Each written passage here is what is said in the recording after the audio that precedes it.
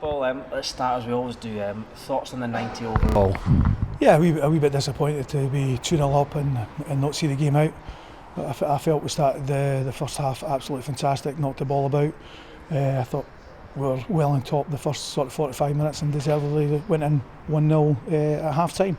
Second half, we knew Dunfermline would come out and make it a wee bit harder for us, press us even more all over the park, which they did. But Dunfermline have obviously got massive strength on set plays at the top end of the park, but it was great to score a goal against them from a set play to get ourselves in a fantastic position. But unfortunately from there we lost 2 goals in I think it was a minute. And then I felt after that we got ourselves sort of back into the game again, got on top a wee bit and hit the bar in the last 5 minutes to probably go and win the game. Picking out a few things there. The obvious one, the headline will be dropping a 2-goal lead. A bit of a sore one to take.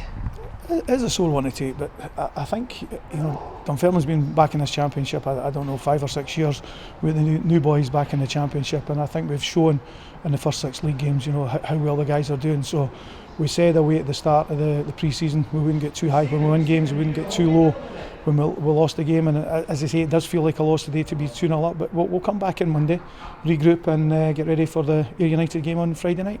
The key positive is doing so well against an established, strong, league-leading Dunfermline team.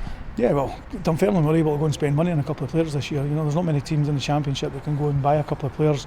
They brought experienced players in, and as I said, for the first 45 minutes, I thought it was a great advert for championship football today. I thought both teams, as you say, Dunfermline have been flying high, top of the league, but I thought overall it was a very good game of football, and we played a very big part of that. And again, just touching on it, we've come a hell of a long way in 2 years.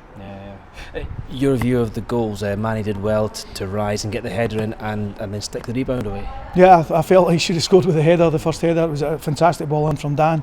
Manny's met it well, a good save from the goalkeeper, but he's reacted really well and slammed it home, so that got us off to a good start. And I thought, I say at that time we were well on top and thoroughly deserved to be winning the game. Second one, obviously a good corner in, bobbled about, and as I say, Franky's got himself another goal from there. So as I said, that's got us in a great position.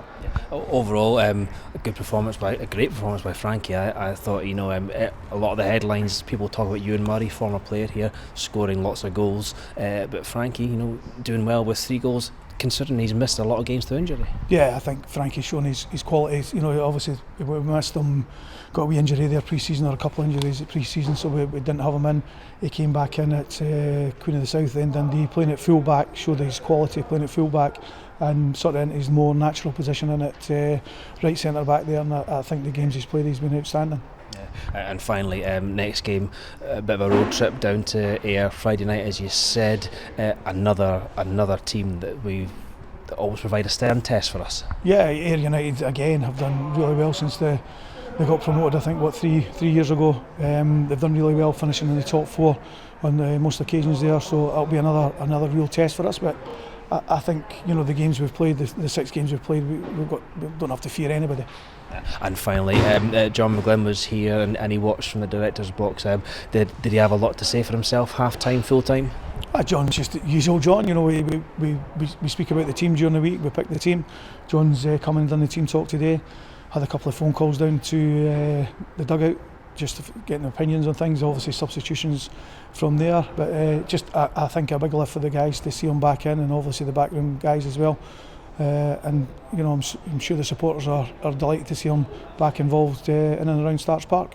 Good stuff. Thanks for that, Paul. Well done. Thanks, Neil.